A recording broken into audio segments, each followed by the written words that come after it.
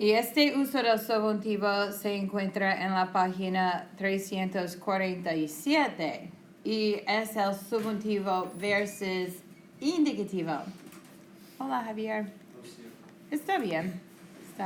Un peso, pero no pasa nada. Subjuntivo versus indicativo, ¿no?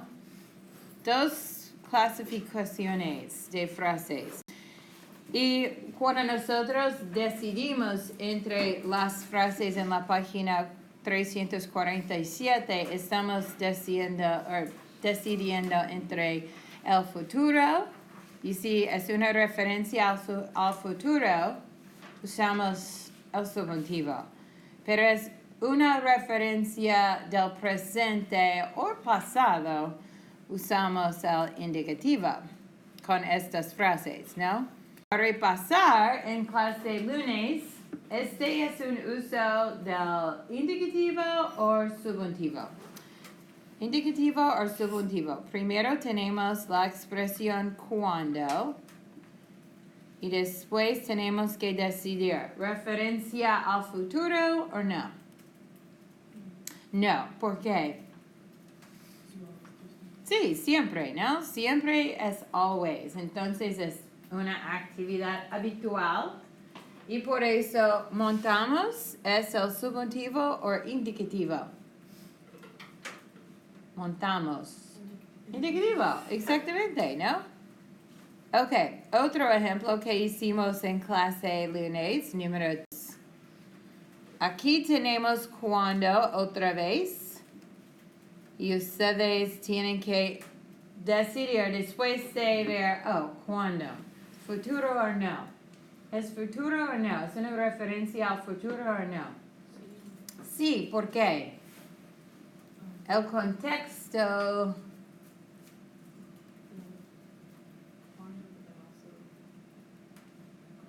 Hijos grandes. Hijos son niños, ¿no? Y son pequeños. Los niños son pequeños.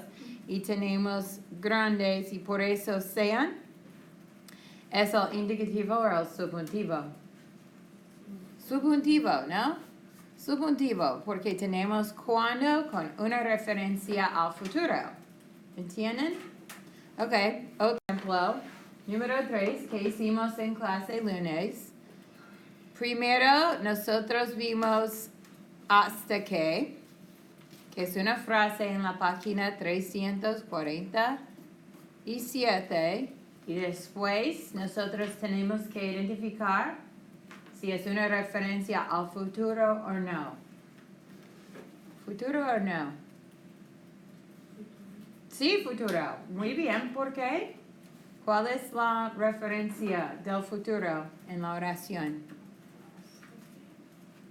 Hasta que y va a continuar. Excelente. Va a continuar. ¿Cómo se dice va a continuar en inglés? ¿Qué es va? Going. Going to what? Continue. Eso es una referencia al futuro. Entonces, encontremos, ¿es el indicativo o subjuntivo? Subjuntivo. ¿Ok? ¿Entienden? Hasta número 1, 2 y 3. Ahora vamos número 4. Y miren, chicos, otra vez tenemos hasta que. Una frase de la página 147. Hasta que. Pero ¿es una referencia al futuro o no? ¿Es el futuro o no? No, no es el futuro. ¿Por qué? El pasado, ¿no? Tenemos antes y también un verbo en el pasado. ¿Cuál es el verbo en el pasado? Reciclaba, ¿no? Es una referencia al pasado, no al futuro. Entonces, construyó es el indicativo o subjuntivo. Indicativo, ¿no? Del pretérito, pero el pretérito es el indicativo. Ok, número 5, creo. Sí, número 5.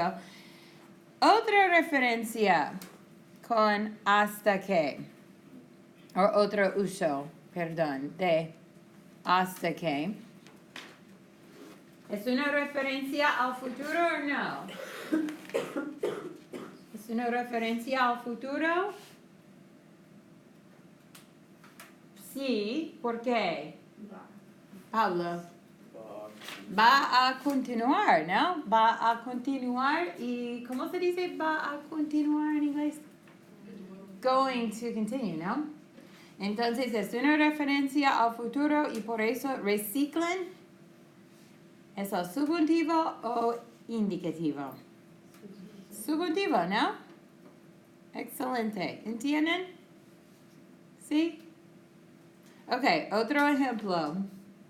Número 6.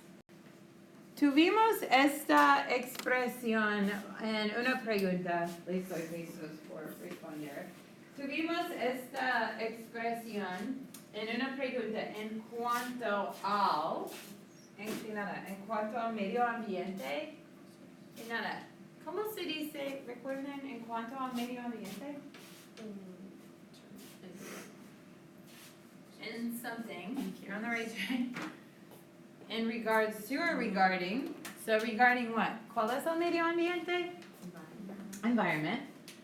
Todos necesitan cuidar el planeta. Okay. En cuanto al, es una expresión en la página 347, pero en este uso tenemos una referencia al futuro o no. ¿Es una referencia al futuro o no? ¿Todos necesitan cuidar el planeta? ¿Futuro o no? No, porque necesitan es el subjuntivo o indicativo. Indicativo, ok. Quiero clarificar en inglés lo que se dice, ¿no? Or el contexto, el significado. So regarding the environment, todos necesitan cuidar el planeta. What's that saying? Todos necesitan cuidar el planeta. Everyone needs to take care of the planet, right? Regarding the environment. Everyone needs to take care of the planet. Es una idea general de presente, no referencia al futuro, ¿no? ¿Entienden? ¿Por qué? Ok. Porque aquí tenemos otro uso, obviamente el subjuntivo.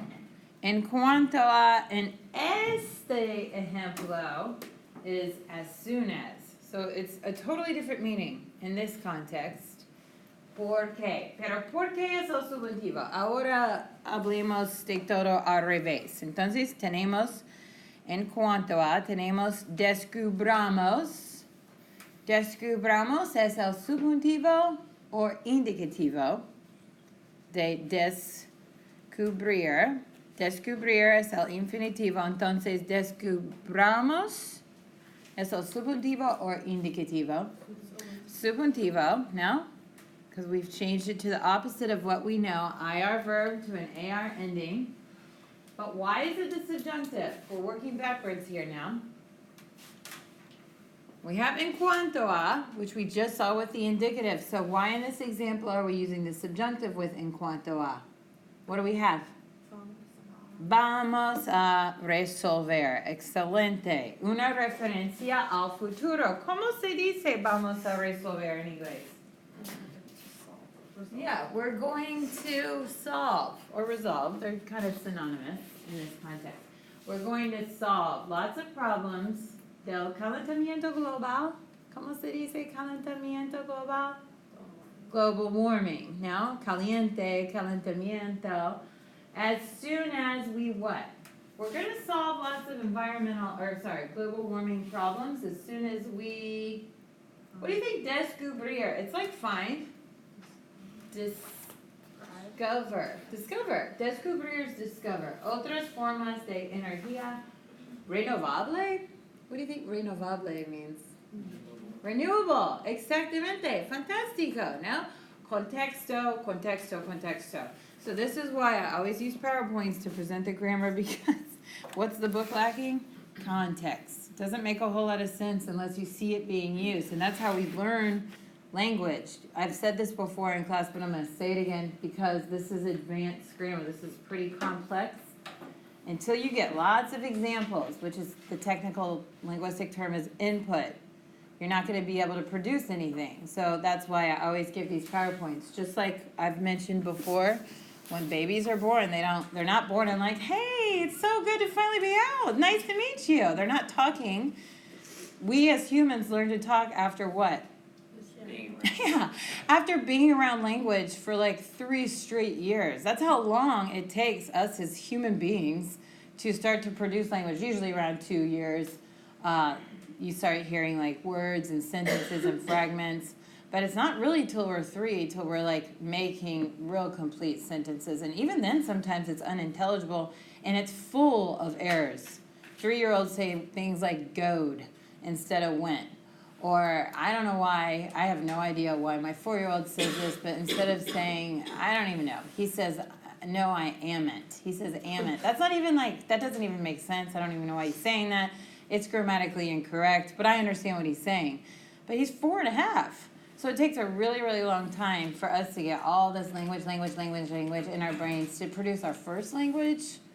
And so expecting you as students, as college students, to look at a yellow box on page 346 and then be able to produce stuff on the super site, there's a major gap in that, in my opinion, and linguistically there is. There's tons of research that supports that. And then our own personal experience in speaking English, we know that we don't learn language like that.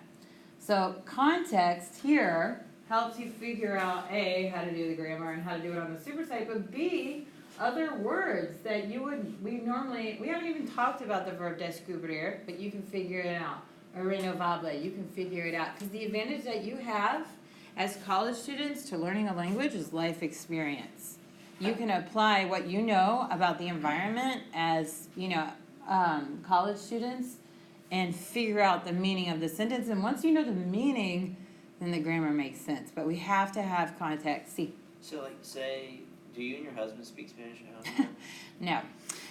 He was a Spanish minor at College of Charleston and studied abroad, but he doesn't use Spanish hardly ever. So whenever I try to speak Spanish to him, he sometimes has no idea what I'm talking about. Like, say you had like a multicultural household. If you spoke like English and Spanish, would the baby pick up on both, or would they just? Yeah, we as humans, our brain is totally designed and able. Like, I've been around children. There's a kid at my kid's school. The mother's from Peru. She's one of my colleagues. The father's from France, and then obviously we live in the United States. So he's around 3 languages, and he truly is learning 3 languages simultaneously. The only thing that's different about, and this is universal, that's not unique to this little kid, but I mean, as long as we're equally exposed, and he's a perfect example of living in an English-speaking, city. Mom only speaks Spanish. Dad only speaks French. I think they speak English to each other, though, because I don't think she knows French. I mean, they probably know a little bit. Anyway, it's universal. Our brains are programmed to do that. The only thing is that typically children in that type of environment, or a true bilingual environment where there's just 2 languages, is their language is delayed. So they have, and he's been a perfect example. She's been freaking out because he's had, some behavior issues at school, which to me are super minor in comparison to the fact that he's going to be trilingual. But it's because of his language. He doesn't know how to express himself. So he has some temper tantrums and things like that. But that's the only disadvantage, is it takes a little bit longer to learn how to express yourself. Because there's more of it. Yeah. Because there's more of it. Because he's searching for the word to tell his only English-speaking teacher what's wrong, or how he feels, or what he needs, or to his peers, and they don't understand him, and he doesn't even know what word to use. I don't know that word. So it's really, truly fascinating. That's linguistics, like you were saying. Your brother is a pro at that. Is linguistics, and that's why. One last tangent, and I'll get back on topic. That's why I love teaching y'all, and that's why this is my passion professionally, because so many of us, including myself, come into class with this idea that we can't learn language. There's 4 language alternatives and things like that, but as long as we're verbal, we can learn language. Our brains are programmed to learn language. So that's why I love College of Charleston in this program, because most universities that require you to take the language would ordinarily say to each one of you, you don't have to. You don't have to take it. Here's a waiver. Here's a foreign language alternative. But I love at College of Charleston, we have French and Spanish, and saying, yeah, you can. And you can go travel abroad, or you can go live abroad, or you can go work abroad. You certainly can. And I feel like that's what happened to me. I was like, no, you can't, no, you can't. And then I went and lived in Costa Rica, and what did I do? I learned Spanish because I was around it, because that's what our brains are programmed to do. So, right, like every fall, and I didn't really notice it so much with you all, but sometimes I have groups with students that come in 101, and they're very adverse to learning Spanish because they're like, I can't do it. Actually, we did have a little bit in this class, but soon enough you realize you get your test back and you pass the class, and you're like, wait a second, I actually can. And it's just proof and testimony that we're all programmed to do it, unless you're nonverbal. And there actually are cases of people, so sadly, who have been like, I think the most recent one was this 18-year-old or 13-year-old in Japan that was, like horrible situations where they're like locked in a room with no interaction with language, and they're like completely nonverbal. They were never around language to speak. Or like a very severe and profound disability, obviously. But even when I taught kindergarten Spanish, I had a student with, like, her Down syndrome wasn't super profound. Like, she was pretty performing, and she and I would interact in Spanish all the time. And her Spanish was actually pretty good. It was harder to understand, of course, because of her speech, but she was getting it. So it just goes to show that is what we are programmed to do. La gramática. En total, el planeta va, you tell it's my passion now. En total, el planeta va a ser mejor tan pronto como todos los países del mundo protejan el medio ambiente. Chicos, referencia al futuro, sí o no? ¿Es una referencia al futuro? Sí. ¿Por qué? ¿Cuál es la referencia al futuro? Va a ser. ¿Cómo se dice va a ser en inglés? Going to be. So when we see ir plus a plus infinitive, va a, vamos a, vas a, voy a, infinitive, that's saying going to something. That's our future reference. Combined with one of the phrases on page 347. You don't need to know verbatim in English what they mean, tan pronto como, but just to clarify, ¿cómo se dice tan pronto como? As soon as. It's the same as en cuanto a, when we have a reference to the future. But as soon as you see one of those phrases with a future reference, then we know, if you were filling in the blank, that we would put the verb in what? Indicative or subjunctive? Subjunctive. Of proteger, protejan. And más importante, en total, like in resumen, el planeta va a ser mejor. So what are we saying here? El planeta va a ser mejor? The planet's going to be, ¿cuál es mejor? Better. It could mean best. Here it means better. As soon as todos los países del mundo protejan el medio ambiente. As soon as all the countries of the world Protect the environment. As soon as all the countries of the world protect the environment. That's lo que estamos diciendo. Ok, entonces, para concluir los usos del subjuntivo versus el indicativo en la página 347 son estas frases con una referencia al futuro. Ok, mucha información en este capítulo comparando el futuro el subjuntivo versus el indicativo versus los infinitivos, ¿ok? Entonces, para resumir, tengo algunas estrategias en inglés para reconocer los usos del subjuntivo.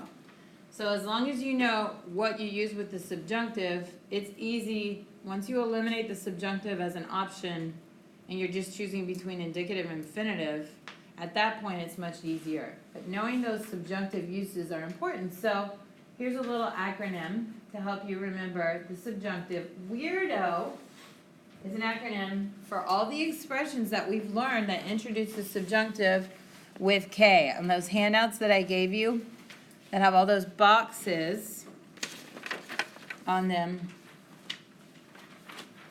and then they have the K, like this, these kind of handouts. This is all of it wrapped up together, including stuff from 201, chapter 12. So W stands for wants and wishes. Wants and wishes. Expressions like espero que, queremos que, deseo que, necesito que. Wants and wishes. Again, you don't have to memorize every single word. I mean, sure, make a Quizlet set with all these expressions and learn them in English. Go for it, but you don't have to. You just need to recognize when you see esperamos que, I think that falls under W in weirdo. I think that's a want or a wish. You don't have to know how to translate it in English. You see it with K, subjunctive. What do you think E stands for? Emotion. Muy bien. Emotion. Emotion, so like me molesta que. We did that one in class. Or me gusta que. Or es triste que. Or estoy super feliz que. Anything that's expressing emotion. Es terrible. Okay? Can also be one even if it's an impersonal expression, which leads us to I. I are the impersonal expressions. Sorry, it's really hard to write on this. Impersonal expressions. So that's what you're looking for. Es plus an adjective, like es importante, es urgente, es bueno, es malo, es mejor, es peor, es terrible, es fantástico, etc. Okay? What do you think R stands for? Recommendations. Muy bien. Recommendations.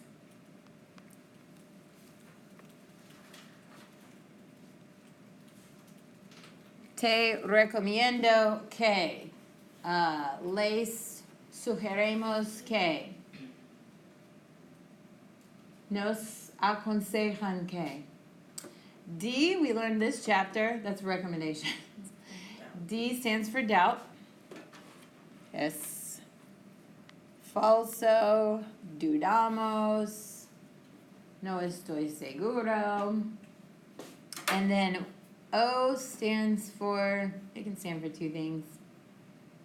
O can stand for, it just depends on how you interpret it, opinions,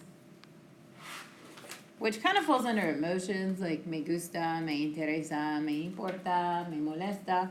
Or O is also ojalá, which doesn't have to have the K. So weirdo is how you remember all those phrases with K equals subjunctive, okay, which we were learning up until the other day on Monday. But then on Monday we have those expressions that fall under escapa. And remember, these are subjunctive versus infinitives on page 346. You don't have to memorize them, you just need to recognize them. And Chet, I made that one up, are the conjunctions on page 347 when we're comparing the subjunctive versus the indicative with the expressions on 347. Whoops. And we're deciding whether or not to use the future. You don't have to memorize what they mean in English, just recognize that's one of those ones that have to, cuando is one of those ones that could go with the future or just general actions or even in the past, subjunctive versus indicative. Okay, entonces, ahora vamos a practicar el concepto y ustedes necesitan sus papelitos con las tres opciones, infinitivo, subjuntivo o indicativo. Porque esta práctica es buena preparación para el examen que tenemos en una semana. Sí, pregunta. No mandatos, no mandatos. That was just to link December with January since we had the break. And recycle the conjugations because they're the same. Pero no están en este examen, no. En el próximo examen, sí, en febrero o marzo. Pablo? Sí. Yeah. Molly, Is it también. okay, so to get into- No, Okay. rápidamente vayan. Usually I bring them with me, but Oh, I have some. I was just curious. Oh, qué bueno. Ok, chicos. 3 opciones. ¿Todos tienen sus papelitos? Sí. Ok, vamos a ver. Siempre recojo basura cuando voy a la playa. ¿Cómo clasificamos el verbo? Infinitivo, subjuntivo o indicativo. Voy.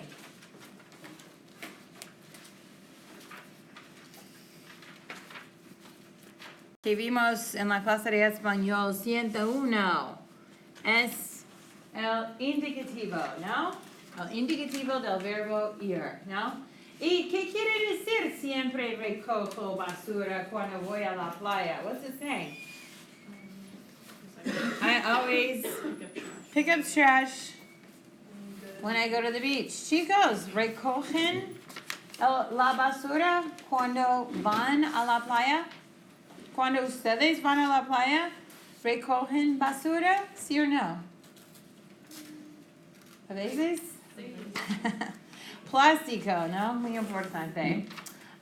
Bueno, chicos, y ahora vamos a repasar por qué. ¿Por qué es el indicativo? So if this was fill in the blank on the super side of the test, and you had the verb here in parentheses, and you had to conjugate it in one of these 3 forms, how would you get to that answer correctly? First, you see, oh, here's cuando. It's an expression on page 347. When I see cuando, I'm deciding between, first of all, what's not going to be an option after cuando? Infinitive, rule it out, okay? So now I'm deciding between subjunctive versus indicative. What determines the subjunctive versus the indicative with cuando? El futuro, right. ¿Es una referencia al futuro? No. ¿Cómo se dice siempre? Always. Indicativo. ¿Entienden? Ok, otro ejemplo.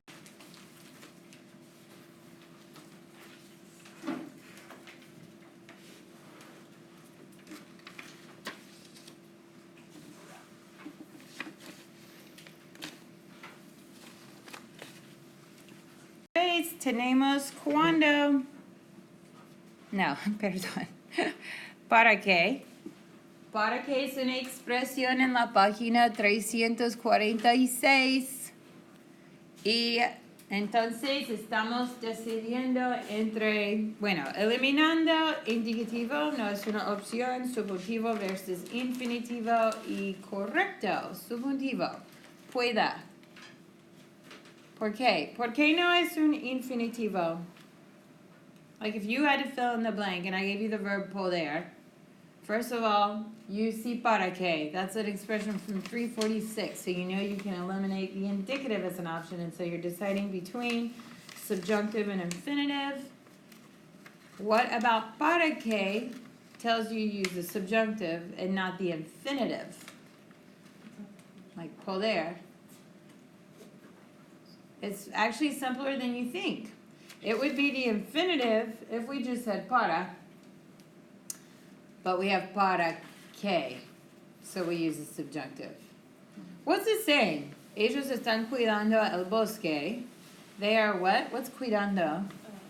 Saving Taking care of the forest. the forest So that the so that the population can breathe clean air. So that, in order to, okay? Para que. And actually, I've been using para que with y'all since 101. I use that a lot in class. Otro ejemplo.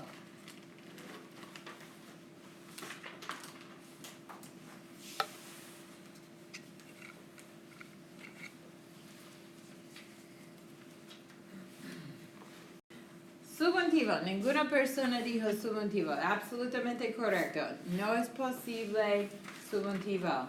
Regresar es el infinitivo. Regresar, la forma básica del verbo. ¿Por qué es el infinitivo?